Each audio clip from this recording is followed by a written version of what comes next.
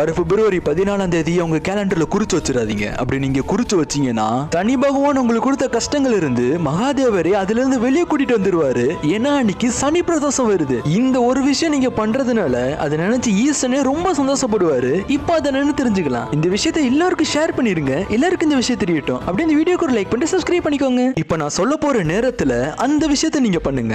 இந்த சனி பிரதோஷம் நீங்க விரதம் இருக்கிறது இந்த வருடம் முழுக்க இருக்கிற எல்லா பிரதோஷத்துக்கு விரதம் இருக்கிறதுக்கு சமம். சனி பகவானால சம்பந்தப்பட்ட தடைகள் எல்லாத்தையும் கரைக்கிற நாள் தான் இது. இப்ப அந்த செயல் என்னன்னா, சாயங்கால நேரத்தில் சிவன் கோயிலுக்கு போங்க. அங்க இருக்கிற சுத்தம் செய்யற பணியாளர்கள் இருப்பாங்க.